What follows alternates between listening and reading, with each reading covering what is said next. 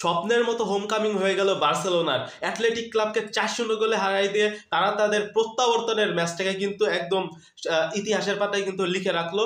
কারণ ক্যাম্প নুতে দীর্ঘ 909 দিন পর কিন্তু বার্সেলোনা খেলতে নামছে এবং তাদের অনেক এক্সপেকটেশন ছিল নিজেদের ঘরের মাঠে খেলা। বার্সা এতদিন প্রায় 2 বছরের বেশি সময় ধরে তাদের খেলতে হয়েছে ভাড়া করা মাঠে, এখন তারা নিজেদের মাঠে খেলতেছে।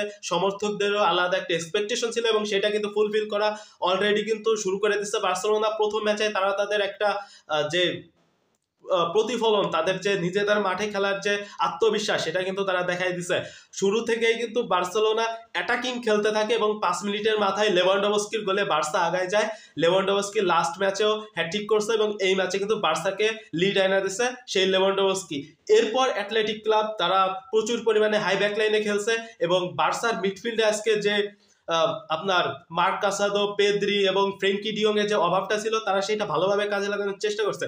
আজকে পুরো ম্যাচে কিন্তু মাঝ মাঠে মানে হাফ টাইমের আগ পর্যন্ত মাঝ মাঠে কিন্তু বার্সা কোনো বলই কন্ট্রোল করতে পারে নাই। তারা নিচ থেকে বল বানাই নিয়ে হয়তো আপনার মাঝ মাঠের ওই পারে সাপ্লাই দেওয়ার চেষ্টা করছে, তা নাহলে কাউন্টারে যাওয়ার চেষ্টা করছে।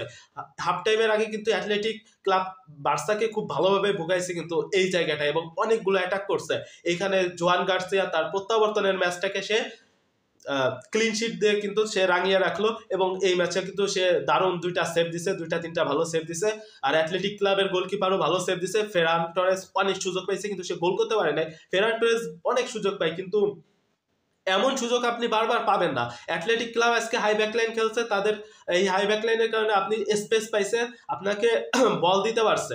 লামিন ইয়ামালরা আপনাকে বল দিতে পারছে, কিন্তু সবসময় তো এইভাবে পারবে না, এমন সুযোগ সবসময় আসবে না। কিন্তু ফেরান টরেস অনেক পরিমাণ গোল মিস করে, তারপরে সে আজকে জোড়া গোল পাইছে। আর লামিন ইয়ামাল তার এই হোম কামিংটা লাস্ট সে যখন অভিষেক হয় তখন সে ক্যাম্প নুতে খেলছে, তখন তার বয়স ছিল 15 বছর, এখন তার বয়স 18 বছর। সে অনেক পরিণত, এখন সে আবার ক্যাম্প নুতে খেলতে নামছে এবং তার প্রথম ম্যাচে প্রত্যাবর্তনের প্রথম ম্যাচে সে দুর্দান্ত ড্রিবলিং করছে বল এবং সাপ্লাই দেওয়ার চেষ্টা করে, এবং শেষ মুহূর্তে সে যে অ্যাসিস্টটা করছে 4 নাম্বার গোলে ফেরান টরেসকে, ও মাথানষ্ট লেভেলের একটা অ্যাসিস্ট ছিল এবং ওই অ্যাসিস্টটা দেখে ধারাভাষ্যক প্যানেল থেকেও তাকে নিয়ে অনেক বেশি প্রশংসা করা হয়েছে। এবং এক পর্যায়ে দেখা গেছে সমর্থকরা লামিন ইয়ামাল বলে চিল্লাইতেছে এবং ম্যাচের 10 মিনিটে একটা ভালো ঘটনা ঘটে, সেটা হচ্ছে তারা মেসি মেসি বলে চ্যান্টিং করতে থাকে। অর্থাৎ বার্সা ফ্যানরা এখনো মেসিকে মনে রাখছে, তারা তাদের ঘরে ফিরছে এবং তারা চায় তাদের ঘরের ছেলে একবার হলেও আসুক তাদের সামনে, তারা